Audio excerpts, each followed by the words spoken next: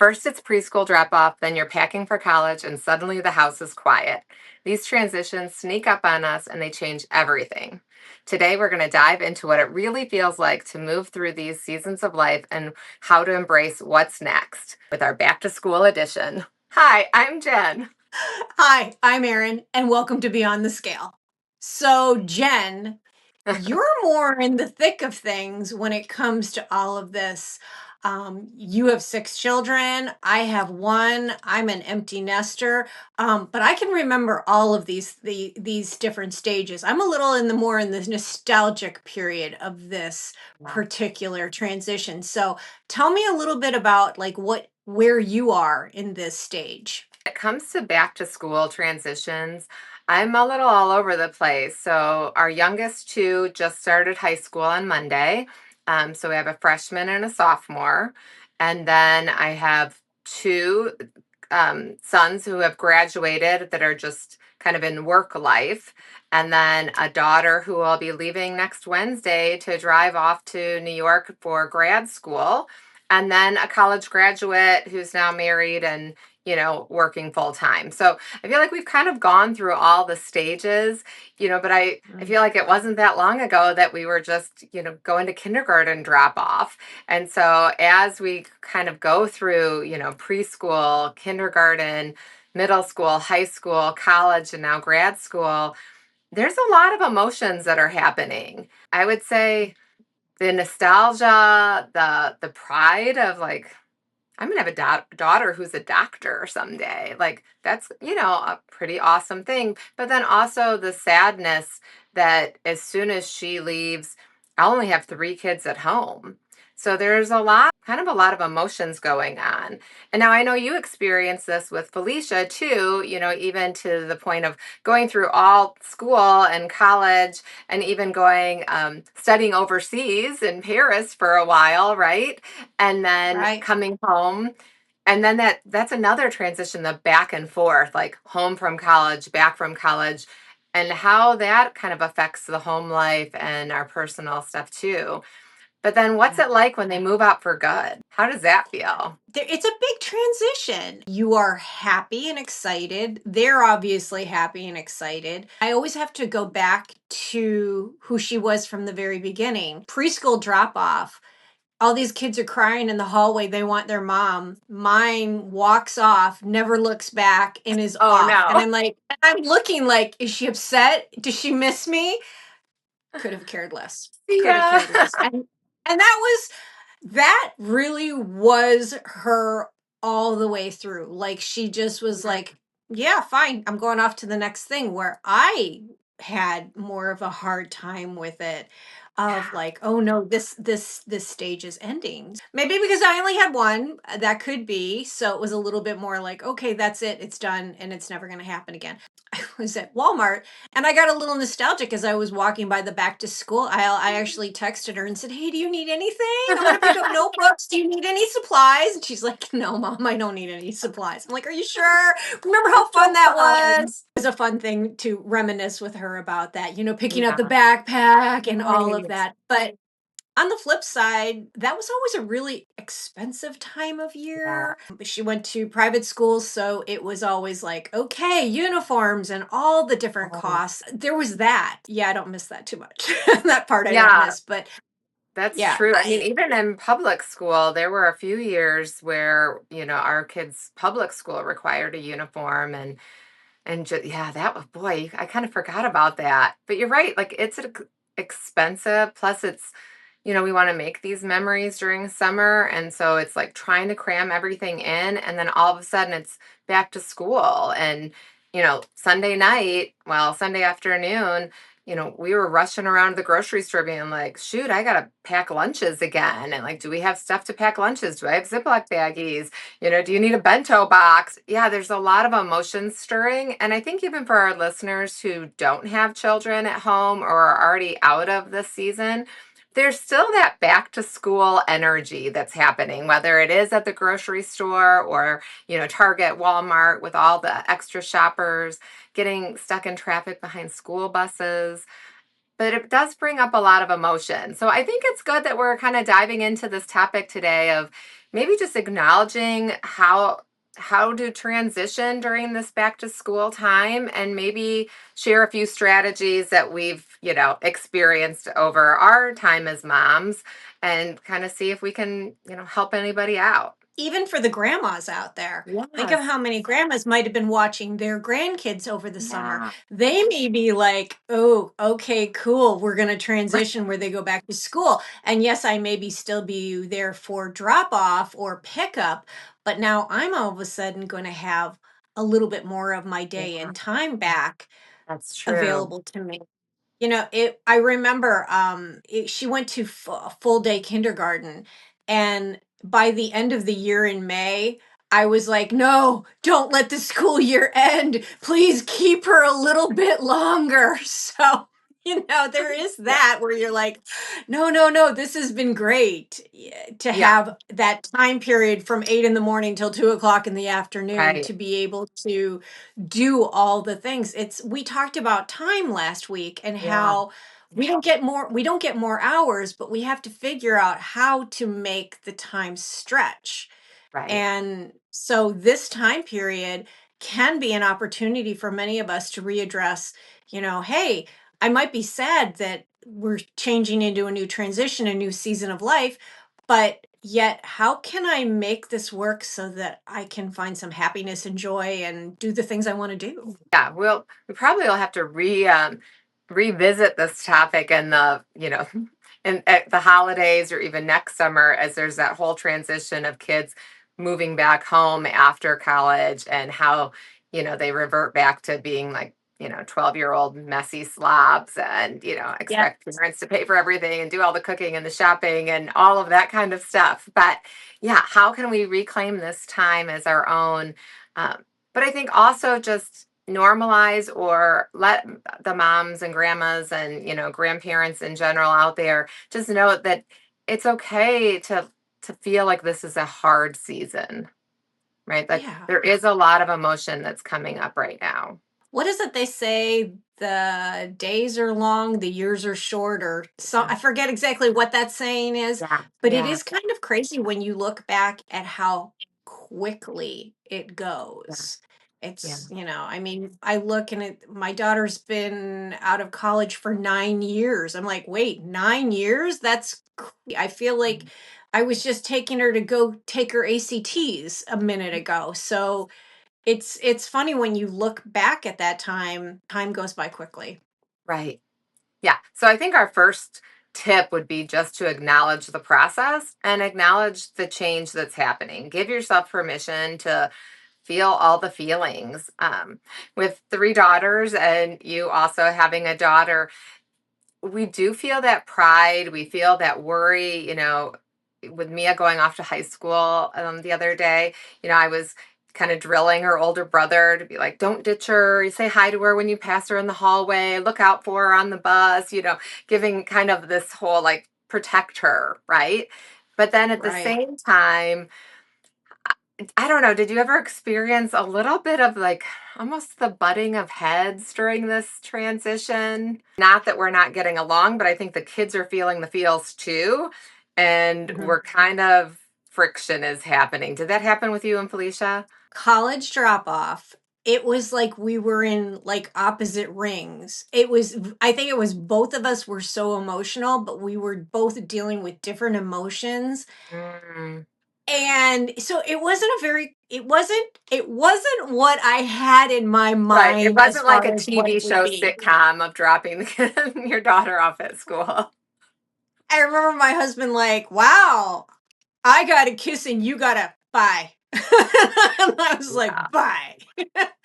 It was a very awkward, and the thing is that we're very close and we do get along, and we always have, but that was like it was that time where the emotions were just so high between us that we just were not connecting whatsoever.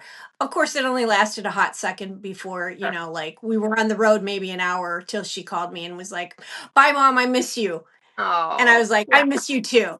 And Yeah. so and everything was good after that, but I think that we need to recognize that the kids have the high emotion and they don't necessarily how to handle it. Mhm. And and as adults, we don't always handle Right. every situation the way we hope to. Sometimes those emotions are just so strong that they get the best of us. So, Yeah. yeah, Yeah. for Yeah. sure. So maybe even just talking with other parents, I know that there's a little bit of, I guess, pride, um, where maybe I was a embarrassment. I don't know what it is, but where maybe I was afraid to acknowledge that, like, why am I fighting with my kids as they're getting ready to move away and I won't see them for, 3 or 4 months till Mhm. Thanksgiving.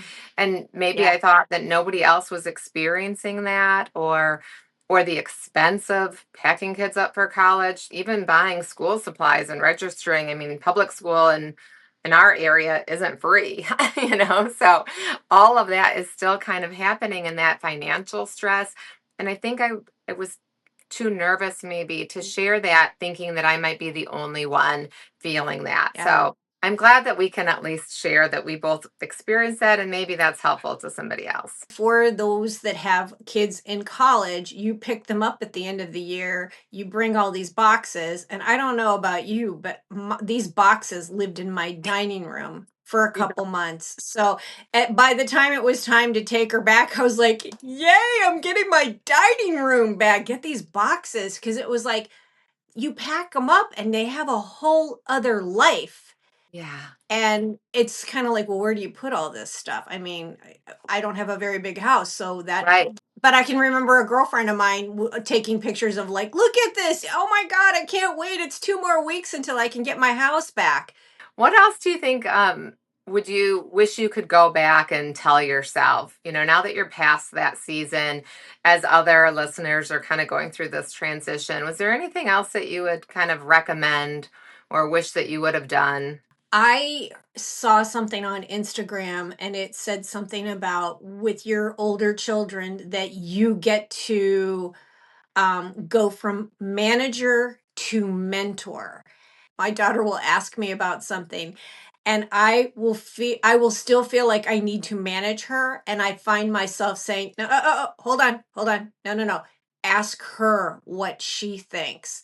Help her Mm, figure this help her figure it out. It's not for you to do this." I mean, yes, there is still some teaching involved. Yes, I still get to, sure. answer questions on, how long to cook the chicken, Right, what's the right. The temperature, advice. things like that, those random things that, yes, I'm more than happy to give that information, but realizing that as they progress in age, you're no longer you're letting them fly out of the nest Mhm. and I think one of the hardest things is that sometimes you have to let them make mistakes even though you're like, "Oh, I can see it. It's coming. It's coming."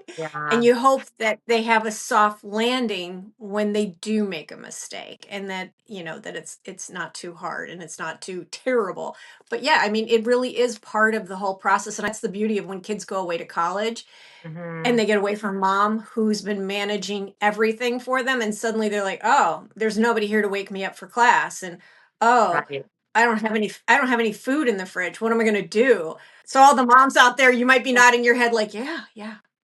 And They we figure and it we do. out." We have to step back, right? And that's how they learn. That's how we learn. That grown and flown, right? And I think if we've done our job, then they are capable to handle those things, right? Like if we've allowed them to start kind of managing some of those life things as they're getting older, then when they do move out, we know that they'll be okay, right? Yeah. But you're right, that's a great way to look at like this adultish relationship that now you have. Like, yeah, there's almost like go from being a parent to a friend, but also this, I love that, this mentor. It's no longer me managing their time, managing their schedule, their diet, their, They're everything. relationships. Yeah, they're everything. Wow, that's good. I was just thinking like something that I'm kind of learning as my kids are getting older is also to just kind of like set up some some relationship time for that so that we don't lose touch, and trying to do almost like to set a schedule to say, hey, every Sunday night we're going to all get on a Zoom call together, as my kids are kind of spreading across the country. Cam's thinking about moving to Arizona, Talia will be in New York, Bodie and Bella are down in, southern Georgia. I- it would be easy to start to just kind of all do our separate things. So I think we're going to kind of try to focus on just that time that we can set up together to say, hey, even if it's a 5 minute, group FaceTime or Zoom call, trying to set up like almost like a non-negotiable, like if you can, we got to make this like a priority so that we're not losing touch. They though they may not always admit it, they start to miss you and their siblings. It's like there is something, distance makes the heart grow fonder, where Yeah. they may not admit that they're feeling a little homesick, or that things Mhm. are kind of hard, but having that, knowing that family is still there when they need them. We still will do individual calls, right? Like so that I can get that one-on-one time, so to speak, with the other kids or family dinners with those who are home. But for all of us to connect and just to kind of stay in touch with everyone, that's something that, during this transition that we're going to try to implement here soon to really, keep that family connection going. I think this is also a good time and transition for us to say, all right, like, what do I want out of this transitional time? Like, who am I now when I'm not just a mom, or when I'm not needed, so to speak? Whether you're a working mom or a stay-at-home mom, there's still this like uncomfortableness of like, okay, so now what? Right. And so Now trying to what? so using this time, I think, to really redefine it and be like, what does this look like? Whether it's like you mentioned 8 to 2, or is it, hey, from now until Thanksgiving, or whenever I get to, parents' weekend or whatever that might be, what is this going to look like for me? What will I do? Can I block out some me time on the calendar, or, maybe explore a non parent kind of class, try something new, go to museums or libraries for me and not like kid things. What about you? Anything that you want to do to kind of reclaim this time? Well, I was thinking about how putting together a bucket list. Think about the things Uh, that you wish you could have done while you were in the thick of parenting. You may have gotten an invitation from a friend to do something, but you didn't have a babysitter, or there was a time constraint, you couldn't leave your kids home alone, whatever that is.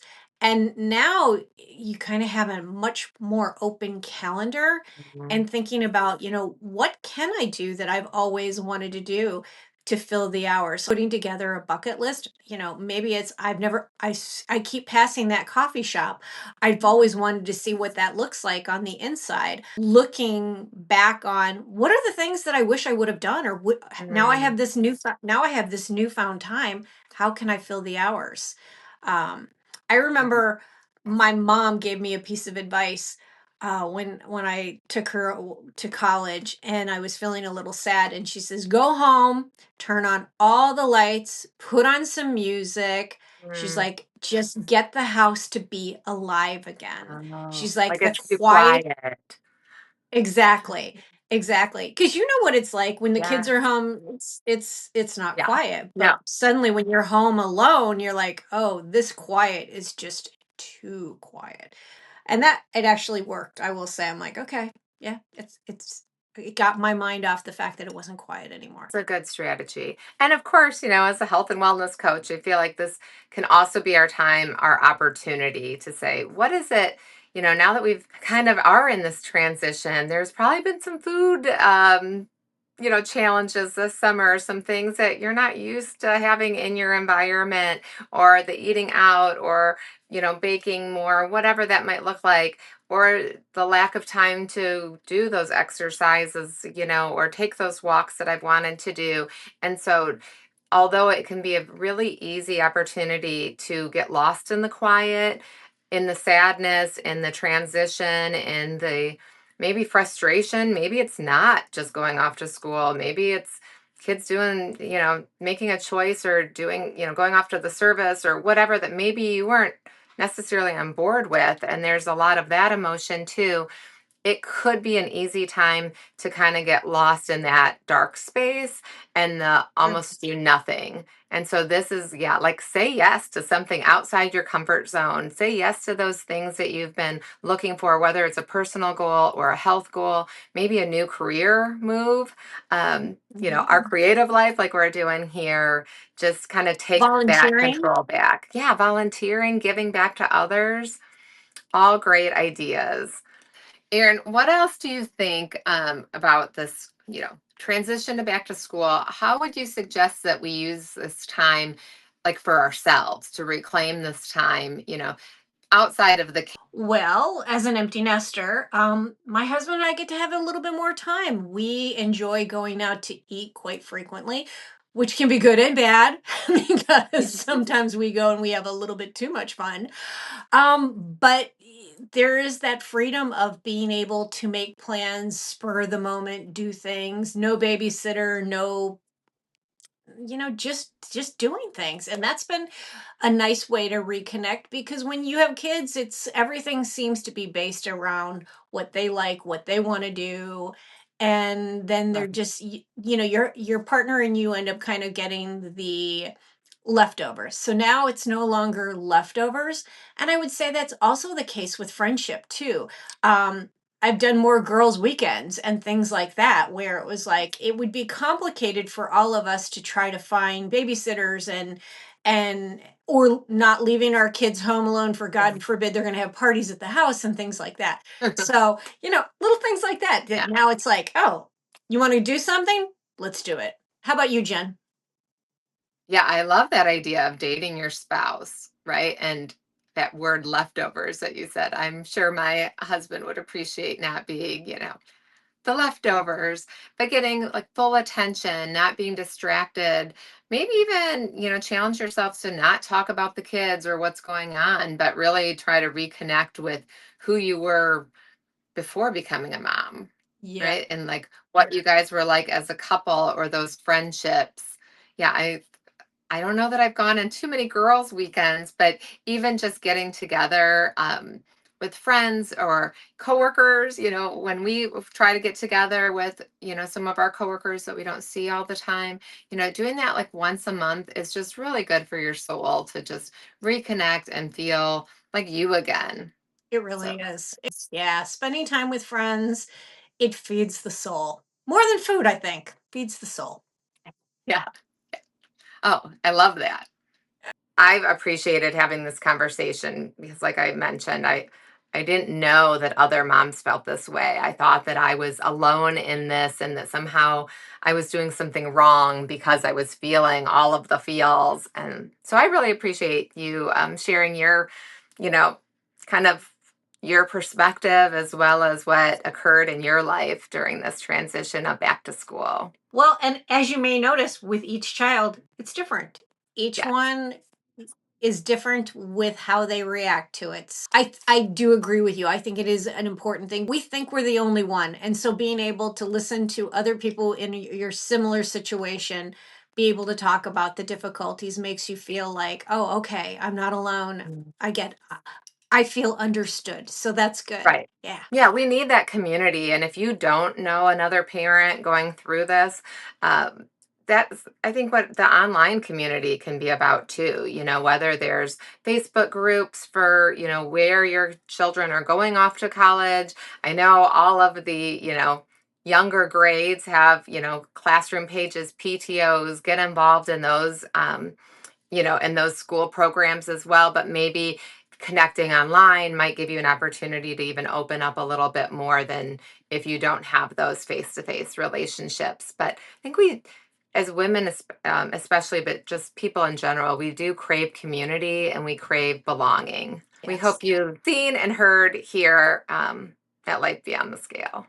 And we're going to be addressing other life transitions coming up as well, because we know not everyone is in the situation with kids. Maybe it is some other areas, chapters of life. So we're going to be talking about that coming up in the next few weeks. So we're so glad that you were here. If you're new, We're so glad you found us. If you were returning, thank you for supporting us.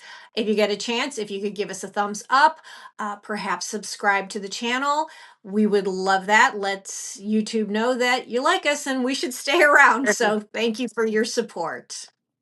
Yeah. Have a great day. Thanks, you guys. Okay, bye. Bye. Hi, I'm Jen, And I'm Erin. Welcome and we're to like, Beyond the Scale. we still messed it up. All right. You say the welcome to be on the scale. Hi.